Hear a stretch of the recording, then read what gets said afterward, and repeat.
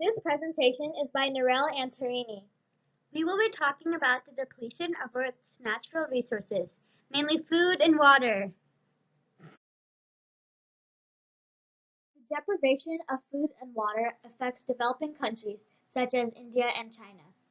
They are called developing countries because they are slowly developing and have not been fully developed yet, meaning that they are modern. The deprivation also affects all living organisms. If you look at this picture on the bottom, you can see that there are many dead cows and some very close to dead cows all over the land. This is because of lack of food and water. The picture on the top shows the land all cracked up because of dryness and no water at all. According to the World Health Organization, about 2.1 billion people do not have access to safe water that does not have chemicals or bacteria.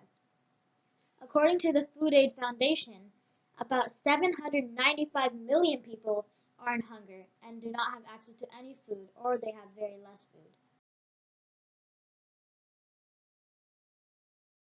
Water and food deprivation is mainly caused by us consuming too much, the population growing uncontrollably, and droughts and desertification. Urbanization of many fields used for growing agriculture is also a large problem, as the larger cities are taking up space that could be used for fields. These fields can give us crops that are needed in our life.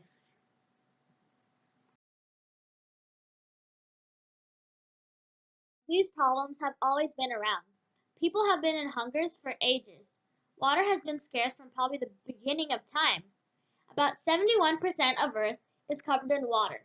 Wow, that's a lot of water, you might say. But how much of it can we drink? You see, 97.5% of the water on Earth is salt water. We cannot drink it. Only 2.5% of Earth's water is fresh water, which means we can drink it. Even then, only 0.3% is on the surface and is easy to get. The rest of the fresh water is underground and also in ice form. As fertile lands are going away, we have less places to grow our food. More urbanization equals less places to grow our food, which equals not enough food to sustain our populations. Unfortunately, the fresh water that we use for many things is getting drained because of irrigation, agriculture, and rising temperatures. Irrigation is the supply of water to land and crops. Sometimes the farmers might not be able to use all of the water for agriculture and they might waste some of it.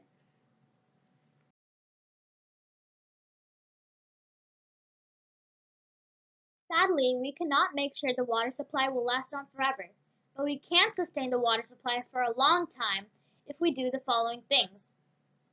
This may sound very small, but we can take shorter showers and turn the faucet off when we are brushing our teeth. Also, we can conserve energy needed to treat water. Energy treats water by getting into places. Another thing we can do is to protect our lakes and ponds. Factories are ruining our freshwater bodies of water. Chemicals from factories can seep into the lakes, causing the water to be ruined and not usable ever again. Also, chemicals around the house can go through the water system and ruin our freshwater sources. Ethiopia has 102 million people. 11% of that has access to safe and clean water. Can you imagine how many people don't have water? There's too many to count. 13% of Afghanistan's population have access. In the country of Chad, around a million children are in risk of dying because of water deprivation. Like Trini said, without water, they cannot survive. The percentage of people without access to clean water have to try to live off dirty water. By doing this, deadly diseases can easily spread.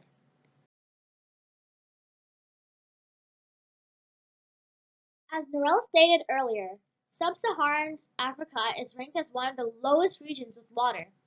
In the map in the top left corner, the light green parts are the sub-Saharan Africa. In the map on the bottom right corner, it shows how much water people around the entire world have. As you can see, a certain continent sticks out. Yes, it is Africa.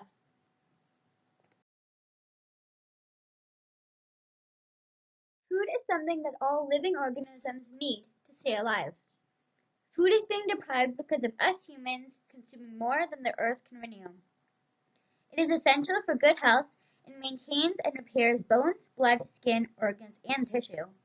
Chemicals and pesticides are making our food become more unhealthy. This map shows the percentage of people that are undernourished. The red means that there is more than 35% of the people in that area that are undernourished. The green map means that there are less than 5 of the people undernourished. There sure is a lot going around in Africa. Hunger is a problem everywhere, but it is a huge problem in developing places and countries. In this picture, you can see that in Africa that there is a lot of hunger. According to the CNN website, I read a story about a girl named Hindia whose family got separated due to trying to find food and water. The only food they have is the herd of goats they have with them to sell. They have been walking for 17 days almost nonstop. They had no water until the reporter named Joy Portela ran into them in the middle of a desert. That's where Joy heard their story. But if you can imagine, this is common in Africa. People looking for food and water nonstop for days was not a crazy thing. They had to go through these hardships to survive. In the United States, there is not a lot of hunger because it is developed and very modern with more solutions to hunger. Urbanization is the gradual increase of the population of people living in urban areas. People are getting rid of fields that make us food. They are taking land for granted. This picture shows how many people can take up a city. All of this place that is being taken up by buildings could have been taken up by fields used for agriculture. In Fremont, there are lots of buildings and apartments being built where agriculture fields used to be. In my personal experience, I remember on Gardena Street, there was a cornfield that is now being demolished and buildings are going to be built there.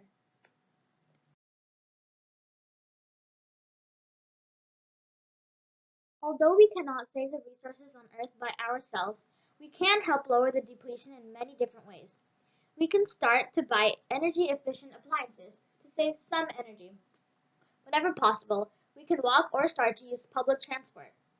Though there may be times when it will be too hard because of rain, distance, or we are not financially able to, we can certainly be able to use the bus to go to school every now and then. Another way we can save some resources is by using recycled products or by going paperless. The government should pay $160 to people in extreme poverty so they can afford their necessities. Also, the government should allow equal access to land to both female and male farmers. This would allow more food to be grown in more areas. Although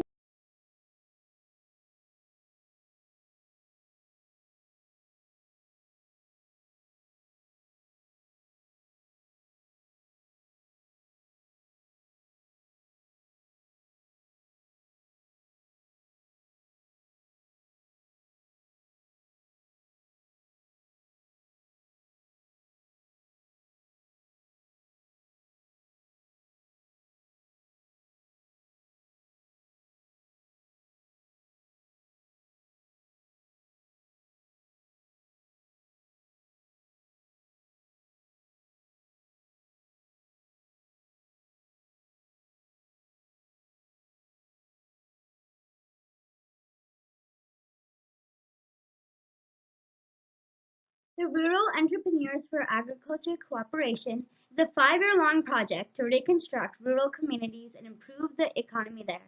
By the end of the project, more than 20,000 families will be helped. There are things that can also make a greater impact. According to TakePart.com, the government can give $160 to people living in poverty. like we said before, Graziano da Silva stated that next year it is predicted that the total investment will be $267 billion for the next 15 years. Also, women farmers and other smaller farmers should be allowed to have equal amounts of land, resources, credit, and market. also like we said before, there are many things we can do. Maybe one day, if everyone around the world is in peace together and we all work together, maybe just maybe, food and water depletion wouldn't be a problem. Thank you for listening to our presentation. that we used for this presentation. Thank you.